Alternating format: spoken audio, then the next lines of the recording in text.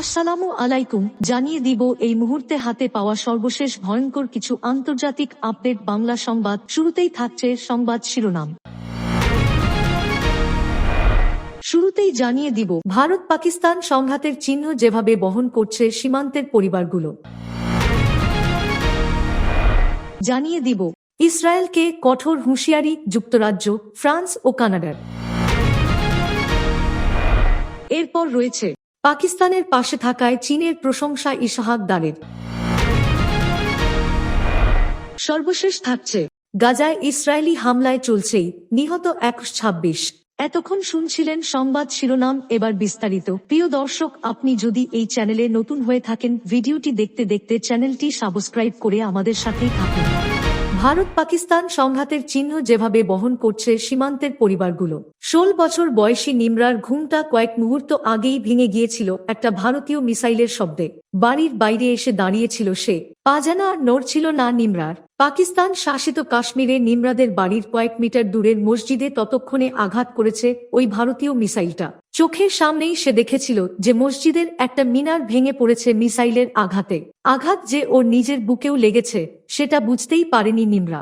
ওর পরিবারের লোকজন কাছেই ওর খালার বাড়িতে পৌঁছানোর পরে কেউ একজন ফোনের টর্চ জ্বালিয়েছিল। আমার খালা তো আঁতকে উঠেছিল।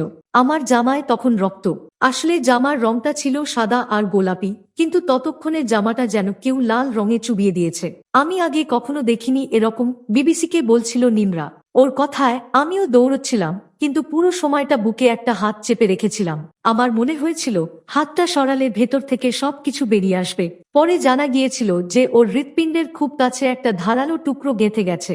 এর কয়েক ঘন্টা পরে ভারতের ক্ষেপণাস্ত্র হামলার জবাবে পাকিস্তান যে গোলাবর্ষণ শুরু করেছিল তা থেকে পালানোর চেষ্টা করছিল ভারত শাসিত কাশ্মীরের পুঞ্চে অন্য একটি পরিবার। যখন গোলাগুলি শুরু হয় তখন সবাই প্রাণ বাঁচাতে দৌড়চ্ছিল। শিশুরা ভয়ে তাদের বাবা মাকে আঁকড়ে ধরেছিল, বলছিলেন 72 বছর বয়সী এম.এন. সুধান। কয়েকটি পরিবার গাড়িতে করে জম্মুর উদ্দেশ্যে রওনা দিয়েছিল। আমরাও সিদ্ধান্ত নিলাম পালিয়ে যাব, কিন্তু আমরা রওনা হওয়ার মাত্র 10 মিনিটের মধ্যে একটি শেল এসে পড়ল আমাদের গাড়ির খুব কাছে। ধারালো টুকরোগুলো গাড়ির ভেতরে ছিটকে এসেছিল। আমার নাতি ওখানেই মারা যায়, বলছিলেন এম.এন. সুধান। আমাদের ভবিষ্যৎটা তখনই তছনছ হয়ে গেছে। 13 বছর বয়সী বিহান মারা যাওয়ার কথা মনে করে বলছিলেন তার দাদু। তার কথায় আমরা তো সব হারালাম, দুঃখ পাওয়া ছাড়া আর তো কিছুই রইল না আমাদের। আমি ভারত আর পাকিস্তানের মধ্যে দুটি যুদ্ধ দেখেছি, কিন্তু এত তীব্র গোলাবর্ষণ আগে কখনো দেখিনি। ইসরায়েলকে কঠোর হুঁশিয়ারি যুক্তরাজ্য, ফ্রান্স ও কানাডার। ইসরায়েলের বিরুদ্ধে আরও কঠোর পদক্ষেপ নেওয়ার হুমকি দিয়েছেন যুক্তরাজ্য, ফ্রান্স ও কানাডার নেতারা। সোমবার এক যৌথ বিবৃতিতে তারা গাজায় নতুন করে শুরু করা সামরিক আক্রমণ ও ত্রাণ বিধিনিষেধ বন্ধ না করলে ইসরায়েলের ওপর নিষেধাজ্ঞা আরোপের হুমকি দিয়েছেন।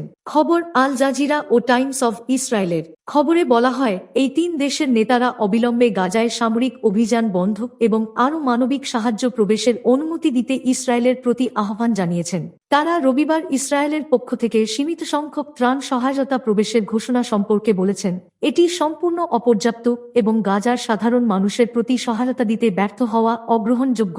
এর মাধ্যমে আন্তর্জাতিক মানবাধিকার আইন লঙ্ঘনের ঝুঁকি তৈরি রয়েছে। যুক্তরাজ্য, ফ্রান্স ও কানাডার বিবৃতিতে জাতিসংঘের সঙ্গে ইসরায়েলকে মানবিক নীতির আলোকে সাহায্য বিতরণ পুনরায় চালুর বিষয়ে কাজ করারও আহ্বান জানানো হয়েছে। একই মার্চের পর প্রথমবারের মতো সোমবার গাজায় 5টি ত্রাণবাহী ট্রাক প্রবেশ করেছে। ওই দিন ইসরায়েল সহায়তা বন্ধ করে দেয়, যাতে হামাস শতাধিক জিম্মিকে মুক্তি দিতে চাপ অনুভব করে। সাম্প্রতিক সপ্তাহগুলোতে কিছু আইডিএফ ইসরায়েলি সেনাবাহিনী কর্মকর্তা রাজনৈতিক নেতৃত্বকে সতর্ক করে বলেছেন গাজা চরম দুর্ভিক্ষের দ্বারপ্রান্তে পৌঁছে গেছে। এই প্রেক্ষাপটে নেতানিয়াহু রবিবার সন্ধ্যায় মৌলিক মানবিক সহায়তা পুনরায় চালুর নির্দেশ দেন। ওয়াশিংটনের চাপ বাড়তে থাকায় এটি তার ডানপন্থী সমর্থকদের মধ্যে অজনপ্রিয় সিদ্ধান্ত হিসেবে দেখা হয়েছে।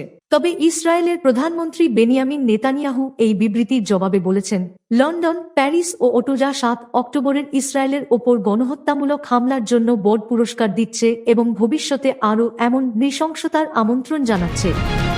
পাকিস্তানের পাশে থাকায় চীনের প্রশংসা ইসহাক দারের। পাকিস্তানের সার্বভৌমত্ব ও আঞ্চলিক অখণ্ডতার পক্ষে সুদৃঢ় সমর্থন জানানোয় চীনের প্রশংসা ও কৃতজ্ঞতা প্রকাশ করেছেন পাকিস্তানের ডেপুটি প্রধানমন্ত্রী ও পররাষ্ট্রমন্ত্রী ইসহাক দার।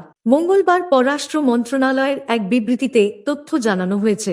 ডনের খবরে বলা হয়, সোমবার 3 দিনের সরকারি সফরে বেইজিং পৌঁছান ইসহাক দার। চীনের পররাষ্ট্রমন্ত্রী ওয়াং ইর আমন্ত্রণে এ সফর অনুষ্ঠিত হচ্ছে। সফরকালে ইসহাক দার চীনের কমিউনিস্ট পার্টির আন্তর্জাতিক বিভাগের মন্ত্রী লিউ জিয়ানচাওয়ের সঙ্গে সাক্ষাৎ করেন। সফরের উদ্দেশ্য ছিল সাম্প্রতিক পাকিস্তান ভারত উত্তেজনার প্রেক্ষিতে আঞ্চলিক স্থিতিশীলতা নিয়ে আলোচনা করা। বিবৃতি অনুযায়ী দুই নেতা পাকিস্তানের রাজনৈতিক দলগুলোর সঙ্গে চীনের কমিউনিস্ট পার্টির সম্পর্ক আরও গভীর করার বিষয়ে একমত হন। লিউ জিয়ানচাও বলেন, সর্বকালের কৌশলগত সহযোগী ও ঘনিষ্ঠ বন্ধু হিসেবে চীন পাকিস্তানের সঙ্গে সম্পর্ককে সর্বোচ্চ গুরুত্ব দিয়ে আসছে এবং ভবিষ্যতেও তা অব্যাহত থাকবে। ড্রোন প্রতিহত ও বিমান ঘাঁটিতে পাল্টা হামলার ঘটনা ঘটে। পরে 10 মে মার্কিন হস্তক্ষেপে যুদ্ধবিরতি কার্যকর হয়। ভারত এখনও কঠোর অবস্থানে রয়েছে আর পাকিস্তান উত্তেজনা বৃদ্ধির বিষয়ে সতর্ক করে শান্তিপূর্ণ আলোচনার আহ্বান জানিয়েছে। সফরের সময় ইসহাক দার তার চীনা সমকক্ষের সঙ্গে দক্ষিণ এশিয়ার বর্তমান পরিস্থিতি এবং আঞ্চলিক শান্তি ও স্থিতিশীলতার ওপর এর প্রভাব নিয়ে বিস্তারিত আলোচনা করবেন। গাজায় ইসরায়েলি হামলায় চলছেই, নিহত 126। ফিলিস্তিনের অবরুদ্ধ গাজা ভূখণ্ডে ইসরায়েলি হামলা অব্যাহত রয়েছে। সোমবার দিনব্যাপী ইসরায়েলি হামলায় মৃতের সংখ্যা 84 থেকে বেড়ে 126 জনে দাঁড়িয়েছে। এদিকে হামলার জেরে উপত্যকাটিতে নিহতের মোট সংখ্যা প্রায় 53,005 জনে পৌঁছেছে। এছাড়া গত 18 মার্চ গাজায় নতুন করে ইসরায়েলি হামলা শুরু হওয়ার পর থেকে প্রায় 3,350 ফিলিস্তিনি নিহত হয়েছেন। যুদ্ধবিরতি মার্চ মাসে ভেঙে যাওয়ার পর কাতার, মিশর ও যুক্তরাষ্ট্রের মধ্যস্থতায় হওয়া আলোচনা এখনও কোনো সফল সমাধানে পৌঁছতে পারেনি। নেতানিয়াহু হামাসকে সম্পূর্ণ পরাজিত না করে যুদ্ধ শেষের বিরোধী, আর হামাস তাদের অস্ত্র সমর্পণের সম্ভাবনা নাকচ করে দিয়েছে। এই তথ্য জানিয়েছে কাতার ভিত্তিক সংবাদ মাধ্যম আল জাজিরা। আল জাজিরা বলছে, দক্ষিণাঞ্চলীয় খান ইউনিস শহর থেকে ফিলিস্তিনিদের পালিয়ে যাওয়ার নির্দেশ দেওয়ার পর মধ্যরাত থেকে ইসরায়েলি বাহিনী গাজায় ব্যাপক বোমাবর্ষণ করেছে এবং আরও 38 জনকে হত্যা করেছে। 2 মাসের যুদ্ধবিরতি মার্চ মাসে ভেঙে যাওয়ার পর কাতার, মিশর ও যুক্তরাষ্ট্রের মধ্যস্থতায় হওয়া আলোচনা এখনও কোনো সফল সমাধানে পৌঁছতে পারেনি। নেতানিয়াহু হামাসকে সম্পূর্ণ পরাজিত না করে যুদ্ধ শেষের বিরোধী, আর হামাস তাদের অস্ত্র সমর্পণের সম্ভাবনা নাকচ করে দিয়েছে। হামাসের জ্যেষ্ঠ কর্মকর্তা তাহের আল-নুনু শনিবার বলেছেন, দোহায় আলোচনা শুরু হয়েছে কোনো পূর্বশর্ত ছাড়াই। এক হামাস সূত্র বলছে, মিসরীয় ও কাতারি মধ্যস্থতাকারী এবং যুক্তরাষ্ট্রের পক্ষ আলোচনায় থাকা বিরোধের সমাধানে প্রচেষ্টা চালাচ্ছে।